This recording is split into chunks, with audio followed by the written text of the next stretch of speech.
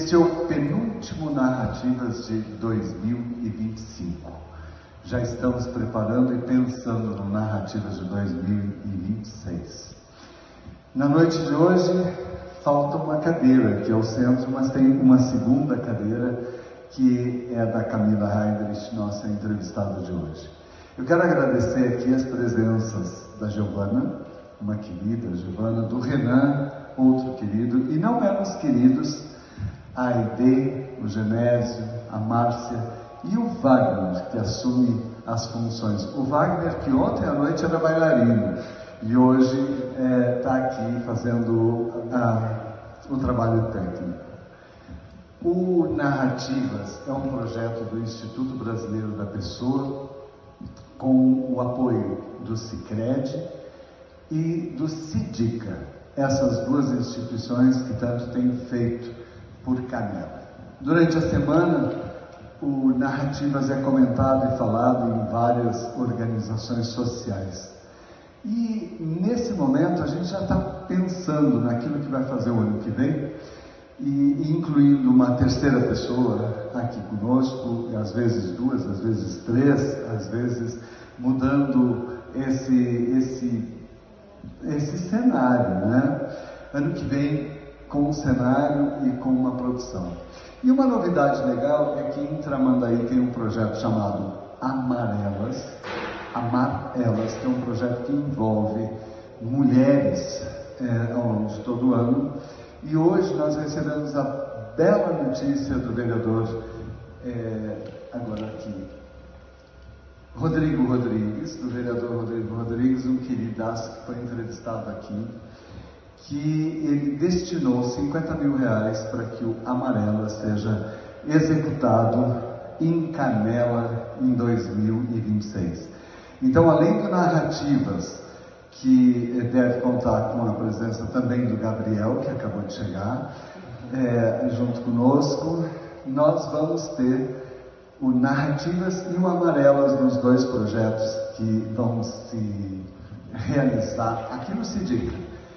E além desses, nós pensamos em realizar outras atividades e outras ações com crianças e adolescentes que a gente vai discutir ao longo das férias que começam no dia 19.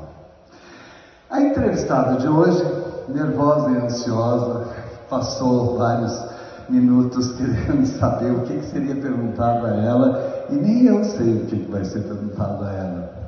Eu estou aqui há meses apresentando esse programa, eu achei que hoje eu teria uma regalia, e eu não tive, mas tudo bem. Todos os convidados pediram para ouvir as perguntas antes, queriam saber anteriormente, com antecipação, o que seria perguntado. E não tiveram esse privilégio.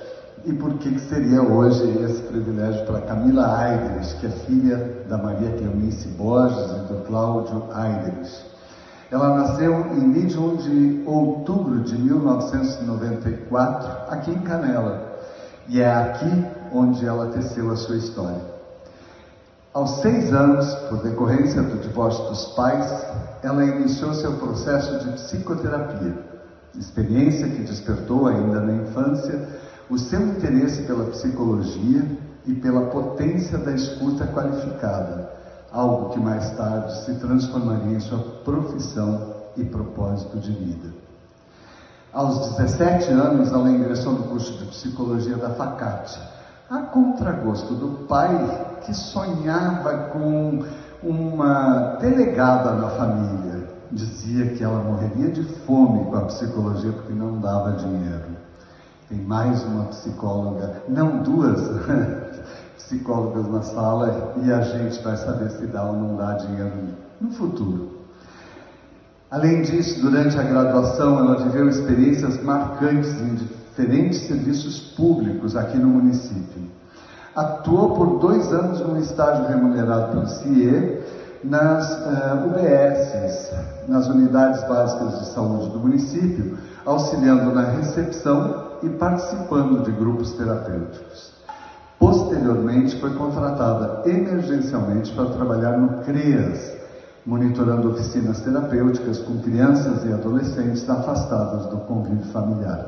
Foi nessa época que eu conheci a Camila. E a Camila era completamente diferenciada de todos os outros profissionais ou estagiários, porque ela se interessava por aquilo que estava acontecendo na sua cidade. A Camila tinha uma participação ativa nas atuações do Conselho Tutelar, do Conselho Municipal da Criança e do Adolescente, no Conselho da Assistência Social, além de ter uma vivência muito especial com todos os técnicos da área social da Secretaria. E a Camila era quase que a protagonista daquele momento. Essa vivência, embora transformadora, também a confrontou com a intensidade emocional da clínica infantil, levando-a naquele momento a acreditar que não seguiria por esse caminho. Quando começa tão cedo essa vivência, às vezes precoce e às vezes sem todo o preparo necessário, assusta. Trabalhar com este público assusta e às vezes acaba levando por outros caminhos por um tempo. No entanto, tudo mudou quando, já no estágio do Centro de Psicologia da FACAT, a sua professora sugeriu que ela atendesse 2 crianças. Não há nada mais terrível no estágio quando pedem para atender 2 crianças. No meu estágio, a primeira coisa que eu pensei, criança jamais. E o meu primeiro paciente foi uma criança, assim, foi assustador.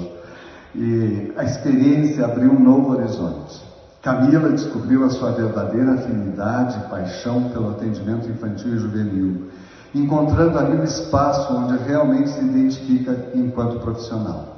Desde então, ela tem buscado constante aprimoramento nessa área, mantendo também o atendimento a adultos, sempre que avalia poder oferecer um suporte adequado.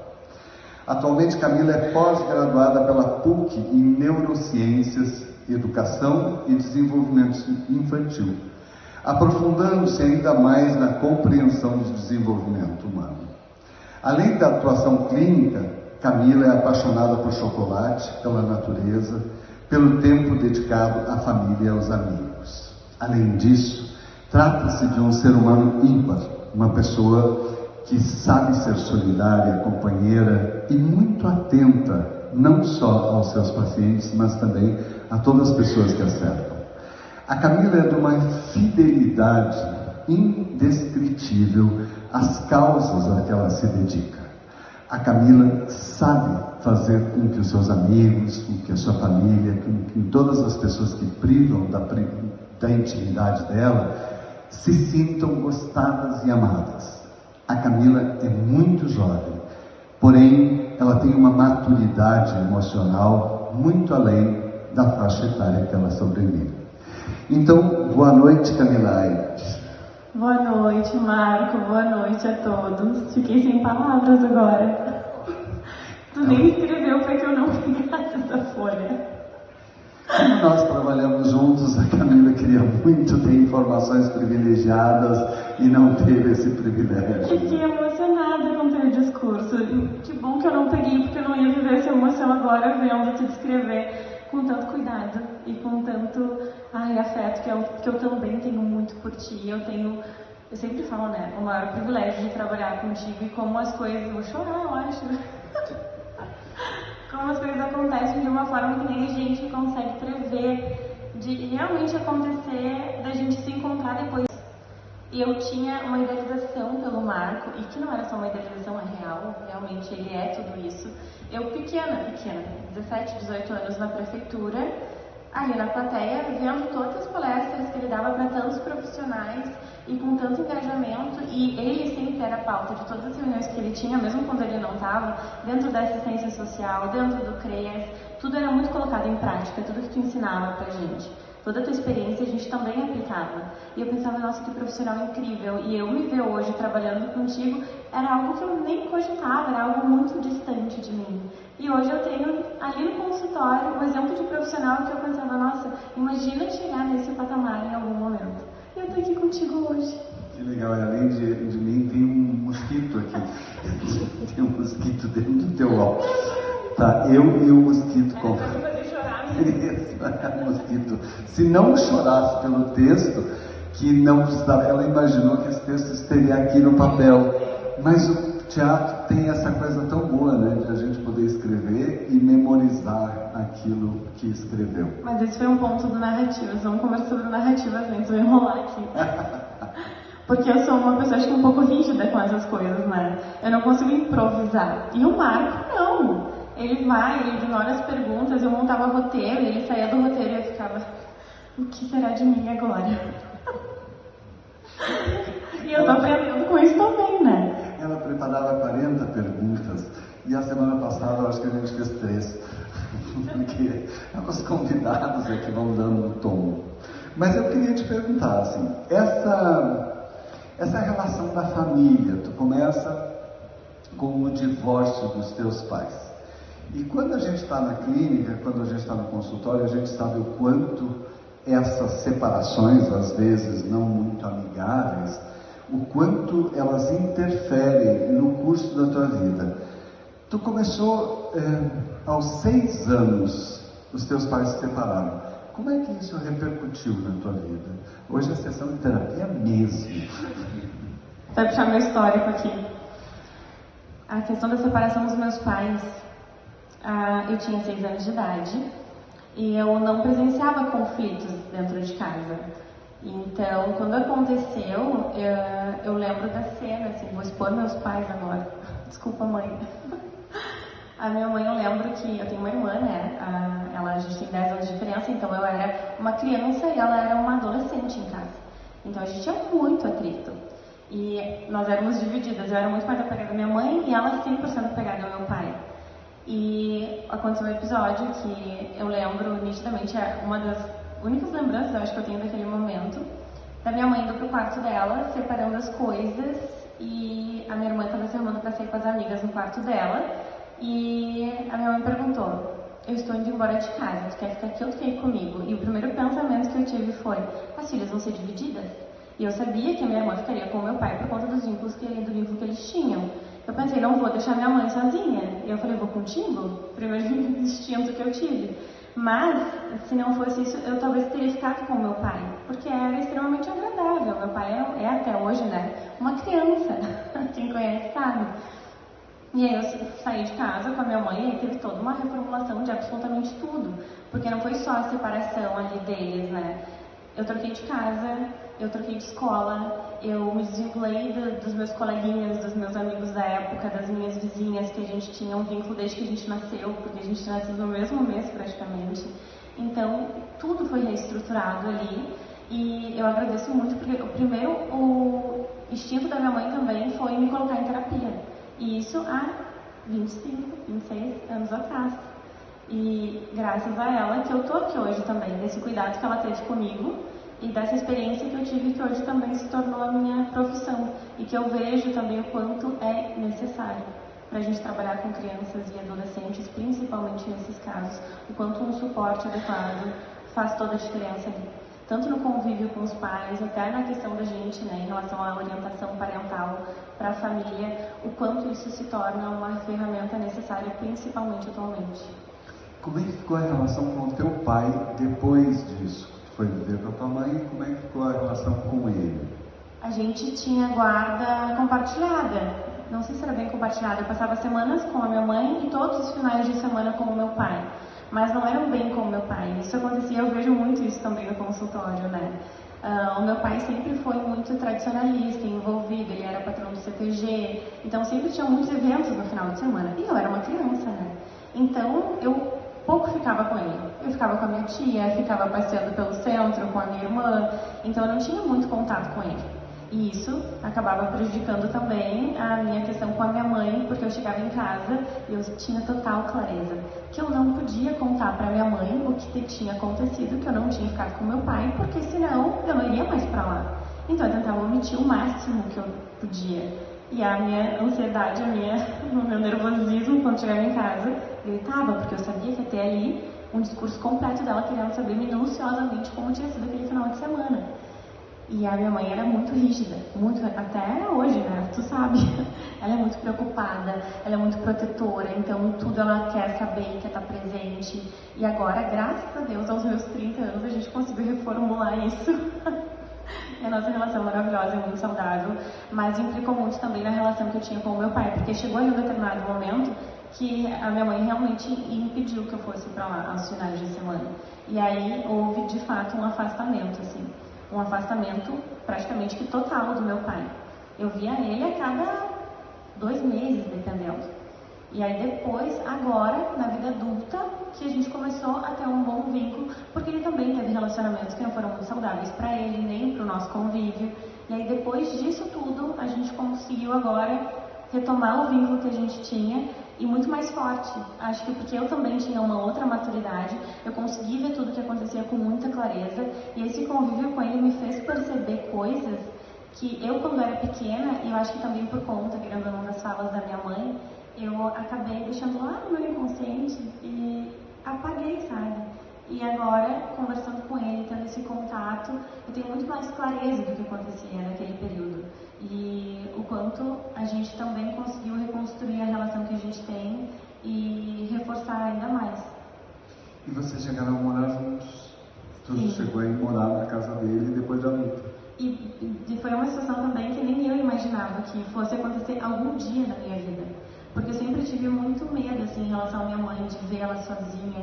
Porque eu tinha, sabe, eu tinha a figura da minha mãe como uma figura muito frágil, que precisava de cuidado, que não conseguia dar conta dela. Porque a minha mãe também foi uma pessoa que teve várias crises depressivas, ela tinha fibromialgia, então ela era uma pessoa muito sensível.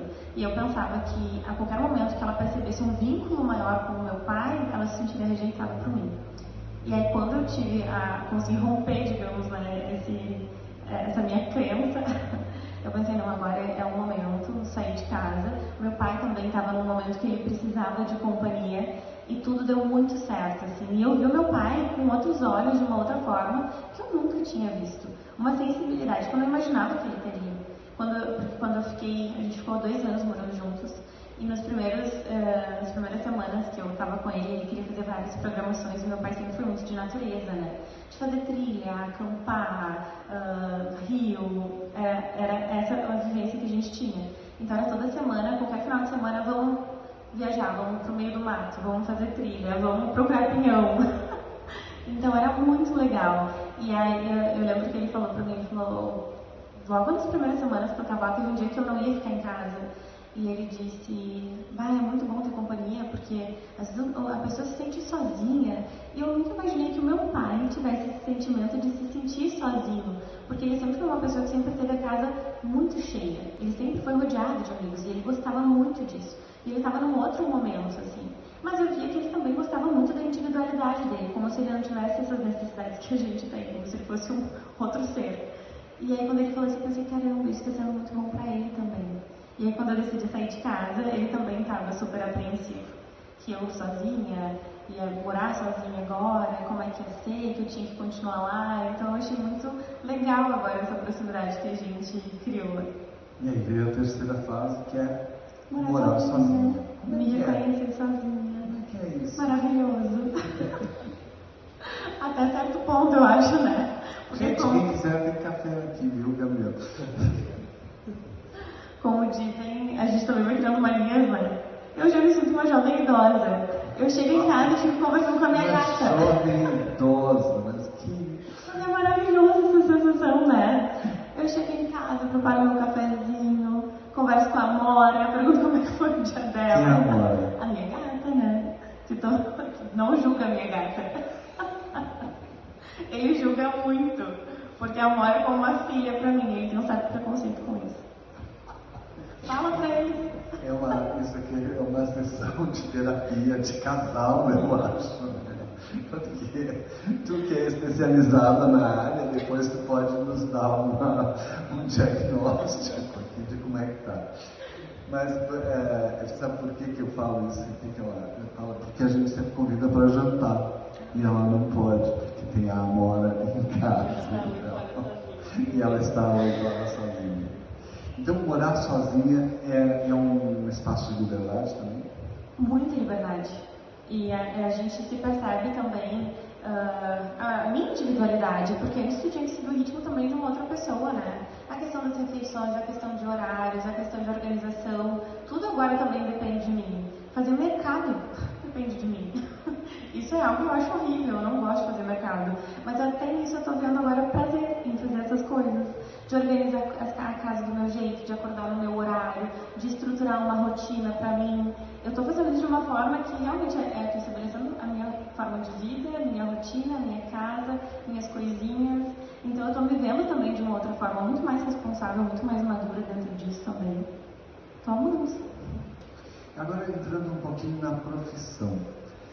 Quando os pacientes chegam, vou pensar primeiro nas crianças, né? Quando uma criança chega ao consultório, o que é em geral que faz com que esses pais ou outras pessoas, às vezes os professores, a rede de apoio, faz com que eles cheguem até o consultório para ser atendidos por ti? Sabe que agora a minha maior demanda tem sido os casos de separação, né? Orientação parental e a questão emocional da criança dentro desse processo. Essa tem sido a minha maior demanda no momento. Eu atendo alguns casos também que são de encaminhamentos de escola, por questões comportamentais também. Alguns com suspeita de TDAH, que tem sido muito frequente, aí a gente passa para encaminhamentos. Alguns normalmente não são. Eles são crianças. Né? São crianças. São crianças. Não precisa ter TDAH, não precisa ter autismo, ele pode ser criança. Os pais ficam muito preocupados hoje com isso, porque como eles têm também muito acesso à informação, eles ficam tentando achar um diagnóstico. A criança apresenta um pequeno comportamento ali que para o pai, para o responsável, pode ser um pouquinho disfuncional. Ah não, será que é tal coisa? Eles estão muito preocupados com isso, buscando muito um diagnóstico, ou tentando entender que não é nada e se conscientizar e se aliviar em relação à preocupação que tem. Então, muito também vem dessa questão, assim, de uma preocupação muito grande que os pais vêm tendo em relação à questão de diagnóstico. Ou, às vezes, a criança também tem muita dificuldade em questão de aprendizagem comportamental e elas querem também, às vezes, se apegar num diagnóstico para ter uma justificativa.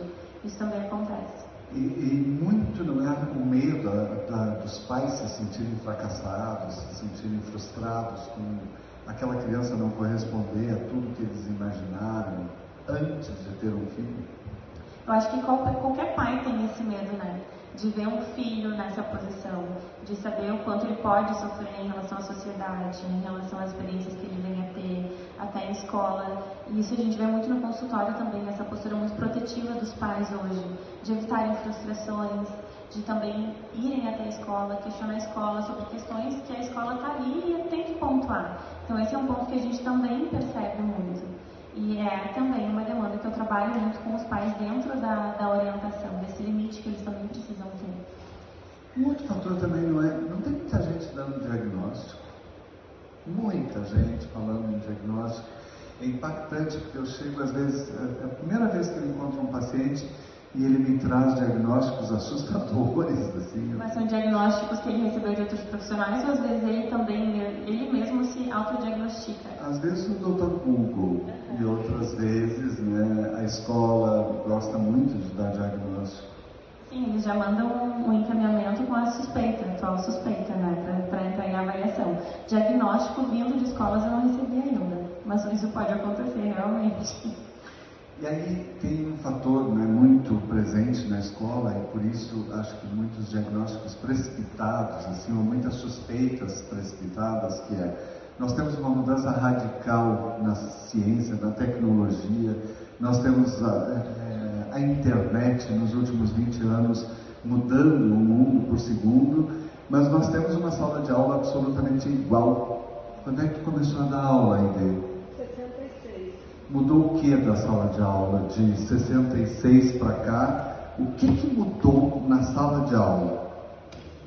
Mudou, bem dizer, tudo. É mesmo? Porque quando eu entrei na escola com 10 anos, eu não sabia o A e o U. E quando meu pai tentou me ajudar um pouquinho, eu entrei numa escola com uma professora que só tinha quinta série. E tinha que dar aula de primeira, segunda, terceira até a quarta. E daí ela já me colocou de professora daqueles moços que estavam ali e não sabiam ler. E eu aprendi a juntar as letrinhas de dinheiro e eu ajudava os colegas. E no decorrer, eu tenho 30 anos de sala de aula. e muitos cargos que eu nunca pedi, porque as pessoas achavam que eu tinha, sempre tive muita autenticidade. Se eu tenho um cargo, eu não vou fazer nada que a minha consciência me acuse depois. E o que eu vejo hoje em dia é que quem tem um cargo tem que estar submissa àquela linha que o contratou. E isso mudou. E a escola era muito pobre. Muito pobre. Classe, professor, quadro negro. Tudo pior. Hoje? Não, hoje está melhor. A estrutura melhorou.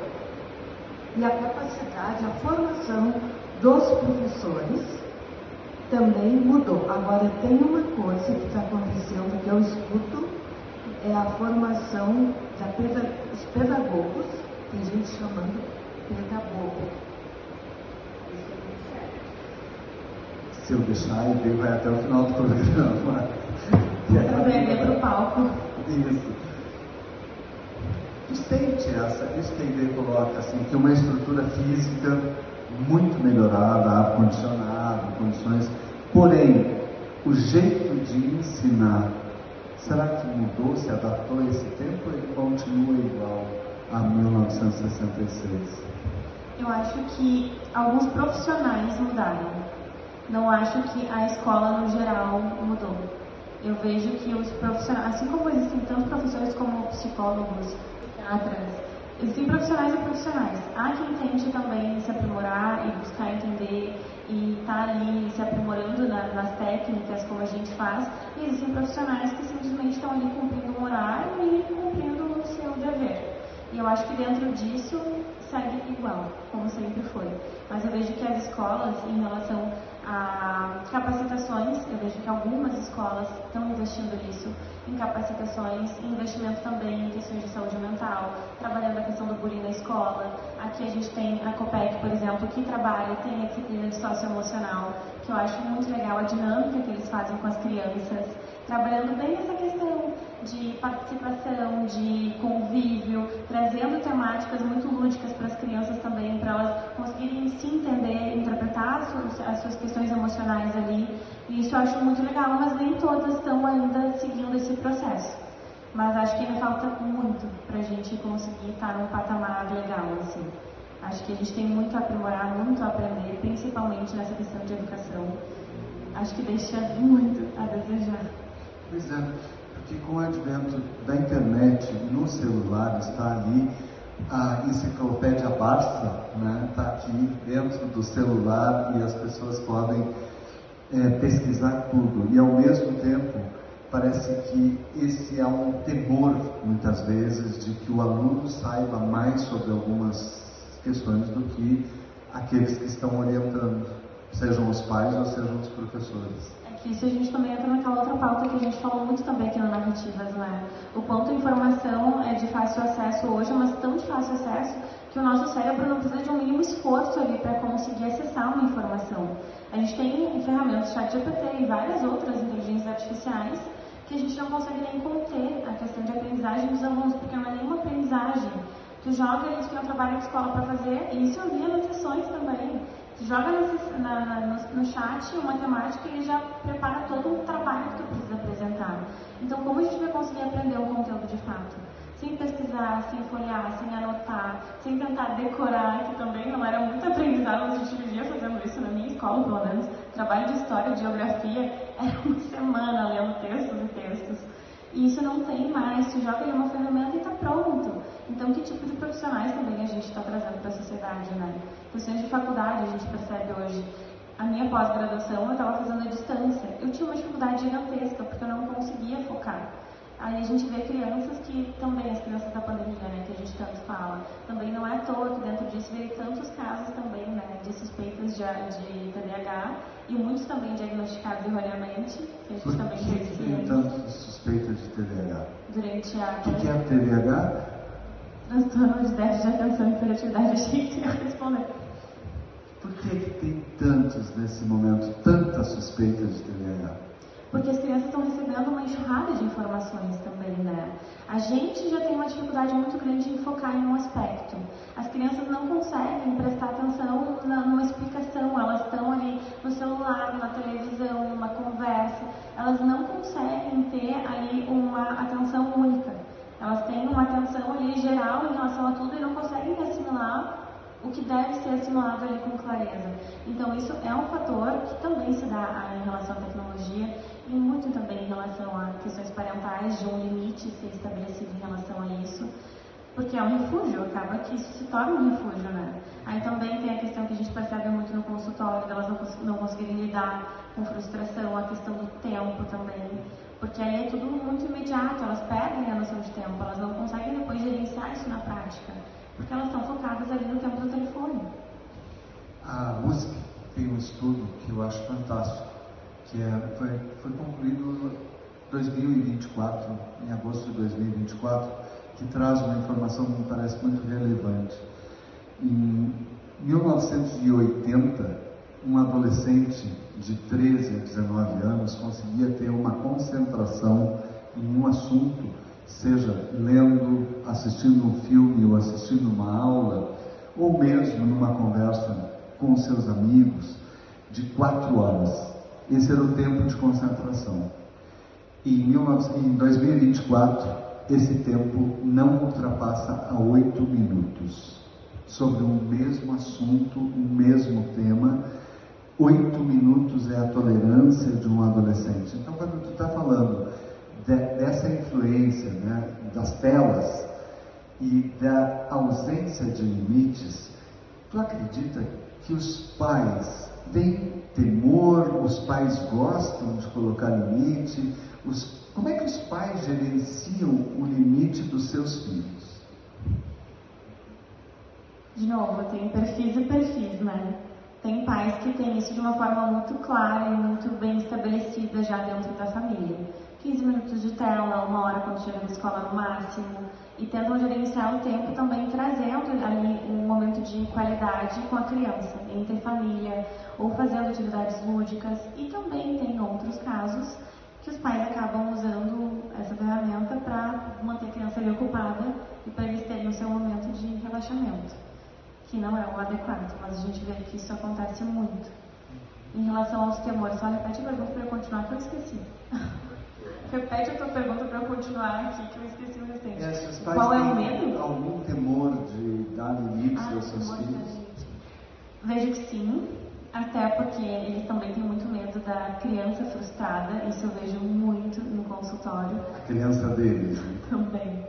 E às vezes até as carências deles ali também com o filho, né? A gente sabe como isso funciona também.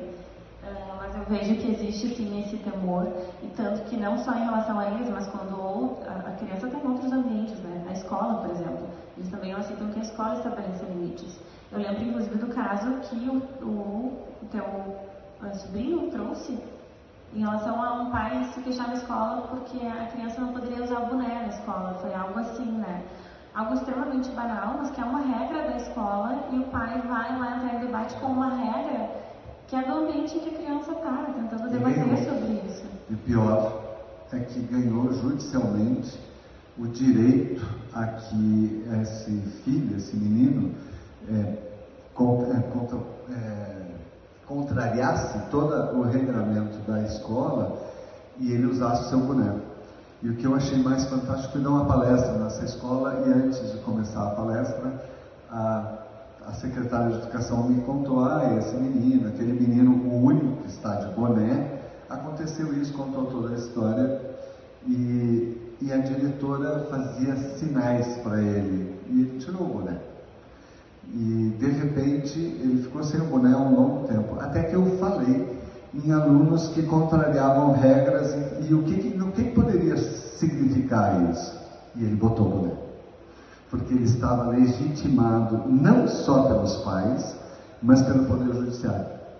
Porque o Poder Judiciário julgou que aquela criança não precisava se adaptar ao ambiente, que o ambiente, a instituição, precisava se adaptar a ele e não ao contrário. Esses exemplos que eu lembrei, tem vários outros também, né? A gente também teve um episódio que aconteceu que a criança, a gente percebe muito também no consultório isso. Quando eles chegam, por exemplo, para mim, eles tentam testar o nosso limite, eles tentam ver até onde eles podem ir. Muito engraçado, uma cena que aconteceu de um menininho que ele falava muito palavrão, né? Muito palavrão. E eu tentando contornar a situação, eu perguntei pra ele por que aqui tu não tá seguindo as regras? Na escola segue? Sigo. E em casa? Não. Por que tu não sai em casa? Porque eu não preciso seguir regras em casa. E aqui? Também não preciso seguir. E por que na escola? Porque na escola todo mundo segue. Ela não tinha TOD, ela tem total clareza de onde ela pode. Todinho. Transtorno opositor desafiador. E ela sabe, ela é extremamente, a criança é extremamente inteligente. A diferença é que ela sabe muito bem onde ela consegue exceder os limites e onde ela realmente não tem esse poder. E às vezes os pais não conseguem estabelecer isso, como tu disse, por conta de um receio que eles têm que a criança se frustre, depois a criança se coloque contra eles. Então os pais têm muito esse medo hoje também. Agora vou voltar para o assunto pessoal e vou aproveitar a presença da Giovana aqui, que é amiga da Camila, e vou perguntar para a Giovana como é que é a Camila amiga. É a conselheira, né? Qualquer problema, Camila me liga, eu preciso conversar. Mas ela tá sempre ali, sempre ajudando, e até a gente tá bem, ela não desiste da gente. Eu preciso falar, porque a gente tem 19 anos agora, ela fez aniversário ontem. Foi ontem? Anteontem, inclusive. E as minhas amigas sempre falavam, como tu é amiga de uma menina de 18 anos? E aí o Marco falou pra mim na sessão, eu falei pro Marco sobre esses comentários, né? E daí o Marco falou pra mim na sessão, quando eu te conheci, tu era exatamente como a Giovana. Essa é a questão, tu é ela quando tu tinha 18 anos. E eu nunca tinha me dado conta disso, e foi a descrição mais lindinha que eu ouvi de ti em relação à nossa amizade. Então, como é que é, já que nós estamos falando de adolescentes, como é que é trabalhar com adolescentes? Eu amo trabalhar com adolescentes. Mas eu preciso contar primeiro, já que tu não me perguntou, que eu esperava que tu perguntasse. Vou contar pra vocês. Críticas da entrevista, já começamos a registrar. Vamos dizer que a gente se odeia, né? O Vamos começar a ter horrores na internet. O Procon vai aparecer aqui. Outro dia, alguém que estava assistindo disse, mas por que vocês não se gostam? É que a gente fica fazendo piada e as pessoas não entendem. Então. Meu TDAH. Eu comecei no CRIAS muito nova, né? E de lá eu também criei assim, uma apreensão de trabalhar com crianças, porque o que eu tinha tido contato eram com crianças que tinham sido tiradas do poder familiar e que elas não queriam estar naquele ambiente. Crianças abrigadas. Isso, que tinham vivido por abuso, negligência, abandono, então elas tinham um outro contexto. E tinha sido aquele primeiro contexto que eu tinha conhecido dentro da psicologia. Então era muito difícil trabalhar com elas. E aí eu pensava, meu Deus, não vou mais trabalhar com isso. Até que eu cheguei no meu estágio profissional e o meu professor falou, não, pelo menos 2 crianças tu vai ter que atender. Eu disse, tá bom. E me apaixonei. E eu, nossa, eu sou extremamente grata hoje por isso, porque senão, eu não sei, eu cogitei entrar na sistêmica. E aí quando eu entrei pro estágio profissional, que eu comecei a atender crianças e adolescentes, aí eu me apaixonei. Eu pensei, meu Deus, que sorte. Quando os pacientes dela chegam no consultório, a gente ouve, a gente escuta o prédio, a praça ali, escuta as 2 quadras, escutam. E a acústica é boa, tá? A acústica é boa. E eu fico pensando, que sorte que é a Camila que vai atender, que sorte que não sou eu. Não, mas eu adoro adolescentes. Crianças eu acho mais difícil. Como é que tu gera esse vínculo com a criança que é tão necessário? Sabe que às vezes os pais me trazem relatos que, para mim, seria o habitual de qualquer profissional, mas é por mim, né? A minha questão ali, eu penso, mas porque para mim é muito tranquilo, eu acho que é porque é muito honesto, assim, eu não tento forçar nada, é muito meu, eu acho que isso a criança também sente. Quando a gente está sendo honesto ali com ela e deixa ela à vontade, eu acho que isso é o principal fator com qualquer criança que tu vai trabalhar. E eu sou muito brincalhona, então eu acho que tem esse lado também que elas se sentem muito confortáveis. de brincar na sessão, de conversar sobre qualquer coisa, de participar junto com os comentários que elas fazem. Eu acho que isso traz muita afinidade em relação a elas. E eu acho muito bonitinho que às vezes eu tô atendendo e elas, a maioria só, eu já sei o que eu vou ser psicóloga, porque a gente só brinca e conversa. Outro dia teve um paciente dela que me perguntou, tu que é o chefe dela? Eu disse, não, é ela que manda em mim. Ele disse, é mesmo? Ele ficou encantado com aquilo que ela que manda. Não, é ela que manda em mim. Nem ele esperava esse comentário. Foi logo ela mandar em ti. E depois vem os adolescentes. Como é que é? Ai, eu amo. Eu amo as demandas que eles trazem, a intensidade que eles têm, os amores que eles falam. Eu amo participar disso e acompanhar o progresso deles. A questão também das ansiedades que estão muito presentes. Mas adolescente eu faço uma dinâmica um pouco diferente, assim, já para atender. Porque ali eu não sei de primeiro momento se é uma decisão dele ou se é uma decisão da família, o acompanhamento. Então eu sempre o contato normalmente é por WhatsApp que acontece, né? E normalmente parte dos pais, o agendamento da sessão. Então eu já comunico os pais, explico que o primeiro atendimento, mesmo que seja ele agendando, meu primeiro atendimento é com o adolescente. Amanhã eu vou atender uma adolescente que a mãe me traz já a seguinte situação. Ela diz que vai, mas vai ficar muda. Então já há uma ameaça anterior ao atendimento. Que eu duvido que ela vai ficar muda, eu duvido que aconteça. Isso nunca aconteceu comigo. E eu lembro na faculdade que era o meu maior medo, porque as professoras relatavam muito isso. E questionavam, o que vocês vão fazer? Eu pensava, meu Deus, que constrangimento. Mas graças a Deus nunca aconteceu. E aí eu sempre comunico os pais que como o meu vínculo tem que ser com a criança, o adolescente que vai ser meu paciente, assim se torna muito mais fácil, porque às vezes eles podem interpretar que eu atendendo o pai primeiro, a gente já tem ali quase que uma proximidade contra ele, dependendo do caso. Então eu evito isso e já atendo o adolescente primeiro e já explico para ele que eu quero entender se ele quer estar ali, se ele consegue me passar qual é o motivo da busca por psicoterapia, já explico como funciona o meu trabalho e sempre depois, no final do atendimento, eu pergunto se ele se sente confortável, se ele quer dar continuidade, porque eu não acho correto a gente manter ali um adolescente em acompanhamento porque a família quer, porque tem que se manter e que lá na frente isso vai causar um prejuízo ainda maior, porque ele vai precisar de terapia, digamos que em algum momento, e ele não vai querer procurar, porque ele já teve uma experiência ruim ali de início. Então eu evito também manter eles em sessão se eu percebo que não é da vontade deles. Eu faço muito constantemente, eu faço isso. Se o adolescente quiser, que eu converse com o pai, com a mãe, com irmãos, às vezes com a namorada ou o namorado. E às vezes é tão especial, tem um caso em especial que eu consegui conversar com a avó, com o namorado, com a mãe, com a irmã, mas o problema é o pai. E ele não vem. Acontece isso contigo lá? Ai, acontece. E isso é muito ruim pra gente, né? Pra todo o processo, principalmente pra adolescente, pra criança, enfim.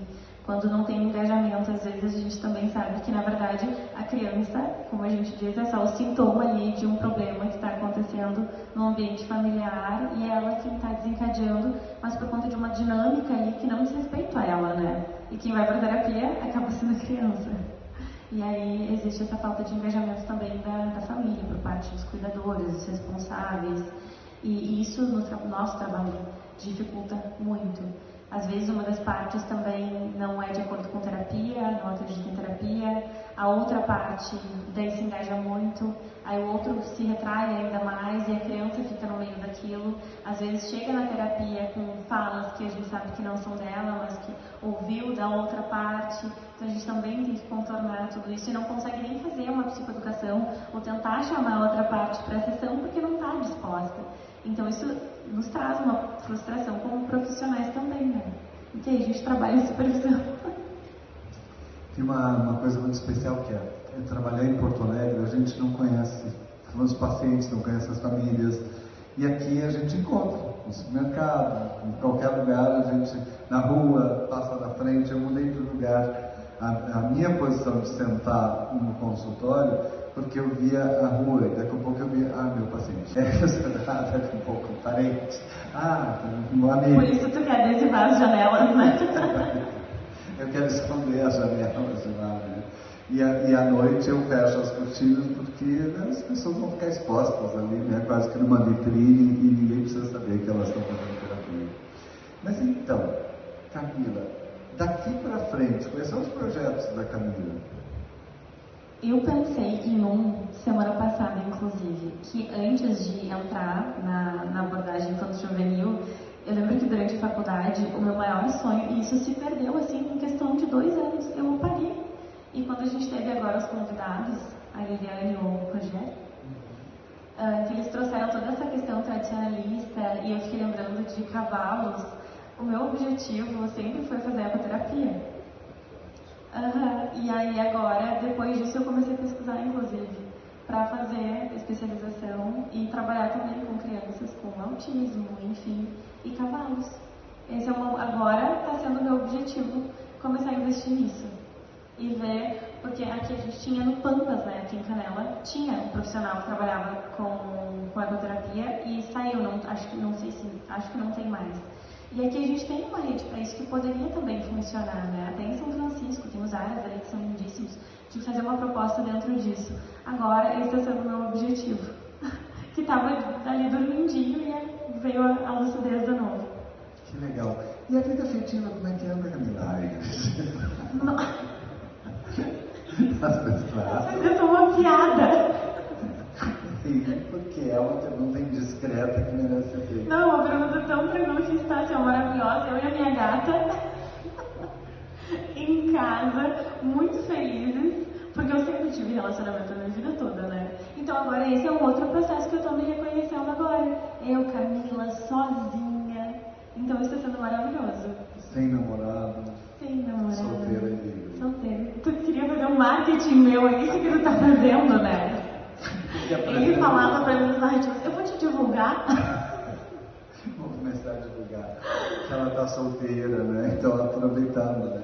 Mas eu não sei se foi uma revista, não sei se foi a Forbes, não sei, que alguém me mandou sobre como as mulheres solteiras têm sido vistas ultimamente, né? Que agora é sinônimo de força, de empoderamento, que acaba sendo desmerecendo a figura da mulher se tu tem um companheiro. Eu penso, meu Deus do céu. Mas né, eu tô feliz sozinha. Se aparecer alguém legal, quem sabe, né? Mas agora eu tô muito feliz assim. Bom, Camila, a gente falou de atendimento de crianças, de adolescentes, mas tu ainda atende voluntariamente pessoas que estão protegidas pela rede da criança e do adolescente. Como é que é? Qual é a diferença que tem entre essas crianças que te chegam, que estão acolhidas, e as crianças que os pais, ou a escola, ou os próprios adolescentes buscam terapia? É muito mais difícil, até porque as dores dessas crianças também são muito maiores, né? E elas têm uma questão também de realidade, que destoa bastante. A gente trabalha também com elas a partir de uma questão, infelizmente, que é cultural ali, que elas vivenciam, que é um padrão de realidade que elas conhecem e que a gente tenta desvincular elas disso. De famílias que são extremamente disfuncionais, como a gente comentou, né, que colocaram elas numa questão ali de vulnerabilidade e abandono, que para elas acaba se tornando normal, elas não têm esse discernimento. E para trabalhar com elas é uma forma muito mais cuidadosa e muito mais longa também. E é junto com a rede, é em coletivo, porque a gente precisa de todo o suporte ali. É com a Casa Lar, é com o psiquiatra, é com cuidadores, e sabendo que esses órgãos em que elas estão inseridas também estão prestando esse suporte ali que a família não pode dar, para que talvez seja feita uma avaliação com a família, de uma reinserção possível, se houver, né, uma adaptação da família. Mas são vários fatores assim, que tornam diferente o acompanhamento. A questão do engajamento delas na terapia também oscila muito, porque elas também vivem muitas oscilações. Às vezes elas chegam muito chateadas, muito frustradas, irritadas, porque viram um membro da família passando na rua. Então isso desorganiza muito elas. Trabalhar também com as questões de adoção ou de retorno para a família, eles vivem ali muitas incertezas que as outras crianças também não têm. Então são muitos fatores que a gente tem que olhar de pontinho em pontinho para ir trabalhando gradativamente, e que não é só uma questão comportamental ou emocional, é um todo ali envolvido, né? E que às vezes também grita, né? A gente sabe hoje as questões psicossomáticas, então muitas também apresentam outros fatores já, que a gente também tem que olhar para isso. E a gente também entra na questão medicamentosa, que às vezes a gente conversou hoje, inclusive, de uma contenção que elas precisam, porque elas não conseguem se regular, e são muitas crianças ali juntas. Então a gente tem que olhar para essas crianças de uma outra forma, com muito mais cuidado e com acompanhamento multidisciplinar sempre ali em conjunto, para que seja para elas, né, o mínimo possível traumático essa passagem de vida. Quando a gente está no consultório com o paciente, a gente tem muitas indicações, né, a fazer. Que indicações são as mais comuns? Eu tenho algumas que são chavão, assim, são óbvias. Algumas, assim, o que sugere para os teus pacientes? É um paciente com crise de ansiedade, assim, o que sugere para ele fazer? Eu sugiro muito as questões de... Isso, o Gabriel está aqui, o Gabriel sugere um medicamento, porque ele é psiquiatra, ele sugere um medicamento. Mas antes de avaliar também, o que já foi proposto em terapias, tem acompanhamento, não é só sugerir medicamento, né? São profissionais. Porque a gente está fazendo o marketing do Gabriel, porque talvez ele vai trabalhar conosco. Porque a gente está convidando ele para trabalhar conosco, então por isso que a gente está fazendo o marketing dele. Vai que ele também vai participar do Narrativas. Tá, que ele é do Narrativas. Né? Como é que é o teu nome? E a Manuela também é psicóloga, então a gente pode ter um grupo agora de 4 profissionais. De 4. A gente já está convidando. Legal. Mas como é que é? Que receitas tu dá? Receitas. Tipo isso. Sabe que só falando em receitas, eu já recebi também pacientes procurando terapia, que eles procuraram no chat GPT, assim, quero trabalhar tal coisa, porque eu tenho tal coisa, e tu precisa trabalhar tal intervenção, pronto, porque eles pediram no chat GPT. E vai aplicar tal técnica, eu disse, meu Deus, eu não atendi, né? Obviamente, não atendi. Mas até isso, como se fosse uma receita. Então, é muito subjetivo. A gente faz um plano terapêutico conforme a demanda de cada paciente. Isso as pessoas também precisam entender. Eu até atendi uma paciente que também indicou, e ela disse, meu Deus, eu acho que eu nunca fiz terapia na vida. Tu sabe disso? Ai, que bom. Porque vai muito do paciente. Eu aplico muito em questões de ansiedade, as questões de respiração, né, técnicas de respiração, respiração em caixa, mindfulness também, aqui agora, várias outras. Mas as principais que eu trabalho também é a questão sensorial, porque é muito físico, né? Então, as pedrinhas de gelo, as bolinhas, para as crianças eu trabalho muito com as bolinhas terapêuticas anti-estresse, sabe? As cordinhas também, tem vários objetos hoje que eu acho maravilhoso para trabalhar com crianças, que são objetos bem lúdicos, que elas podem levar para a escola, que a gente comunica também na escola, pulseirinhas que elas podem ficar retirando, colocando para lidar com ansiedade. Então, tem, graças a Deus, no mercado também muitas... O que foi? Eu lembrei de uma história que ela me contou um dia. Do nada ele me olha e começa a rir. Que a gente riu muito disso, porque nosso consultório ficava na frente do hospital, agora na frente da praça, mas ficava na frente do hospital, e um dia a Camila atendia uma criança. E ela estava muito indignada porque o pai da criança não cuidava, não aderia. E aí um dia ela saiu, ela me disse, tu acredita que ele estava dentro do carro? Eu quase fui lá. Ainda bem que não foi, mas ainda bem que... E a indignação dela na defesa do seu paciente era apaixonante, porque aquela criança precisava de proteção, precisava de cuidado, né? E aquele pai era muito negligente com isso. Mas nós temos aqui uma parte que é mais difícil do que essa até agora, que é a plateia pergunta. A gente encerrou. A plateia pergunta. Então agora, vocês, se tiverem algumas perguntas, se tiverem comentários sobre a Camila, se tiverem perguntas também, fiquem à vontade. Quem pergunta? Eu não deixei ninguém perguntar hoje. Eu paguei todo mundo aqui. Gabriel, ótimo. Ele não vai mais trabalhar com a gente. O psiquiatra pergunta é ótimo, porque daí ele já deixa claro que como é que vai ser o trabalho em equipe. Boa noite. Não é bem uma pergunta, na verdade eu fiquei pensando até no desafio que é a questão dos diagnósticos, né? Porque eu lembrei que tinha um paciente que eu atendia, uma criança, na verdade, é uma criança e aconteceu com o adulto também, com a questão do colar, do autismo, né? Tu tá atendendo ali, tu ainda tá avaliando e de repente a criança chega já contigo assim, usando o colar, não sei se já aconteceu contigo isso. Não, isso ainda não.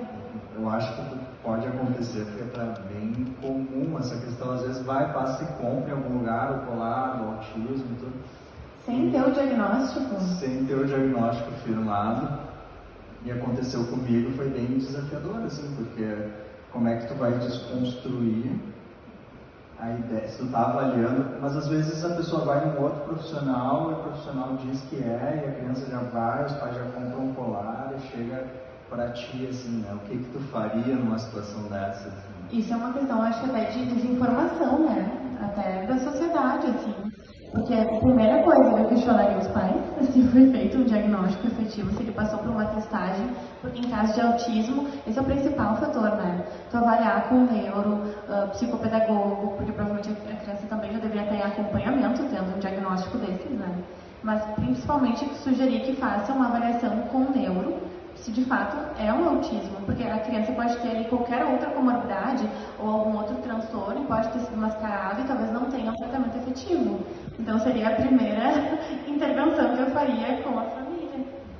E nesse momento tem uma pequena cidade, lá da região de Frederico Westphalen, um pequeno município, que a secretária de Educação me disse que eles estão muito impressionados porque naquele ano tinham tido 36 diagnósticos de autismo numa cidade que tem 2.800 habitantes.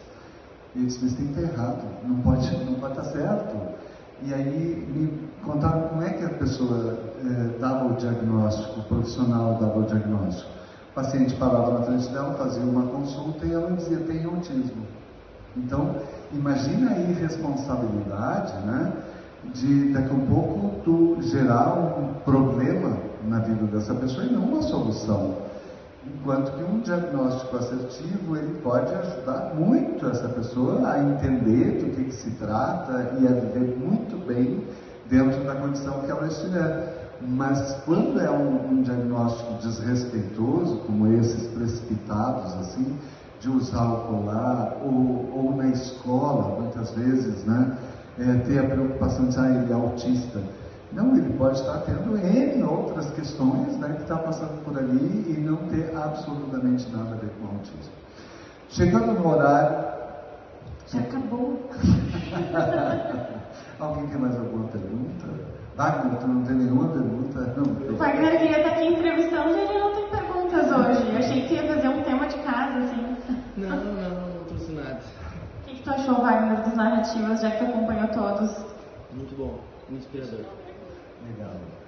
Eu quero agradecer a Camila, para mim foi um privilégio poder estar compartilhando esse momento contigo e eu tenho certeza de que aquelas informações que tu trouxe aqui, elas ajudam e auxiliam muita gente que vai assistir através do YouTube, onde o Narrativas vai ser exibido sempre na segunda-feira seguinte. Eu não sei se hoje foi transmitido ao vivo pelo Instagram, não? Ah, tá. Eu esqueci de dizer. Falta só tu me passar isso aqui. Falta só dar essa orientação, só dar essa informação. Mas eu te agradeço muito, te felicito. E aqui hoje vai ter um presente para ela. Não é um mimo, é um presente. Eu tenho horror da palavra mimo. E eu repito sempre. Eu não sei porque eu tenho contra essa palavra, mas eu não gosto da palavra. Esse presente eu vou explicar para vocês antes de entregar para a Camila. Esse aqui é uma integração.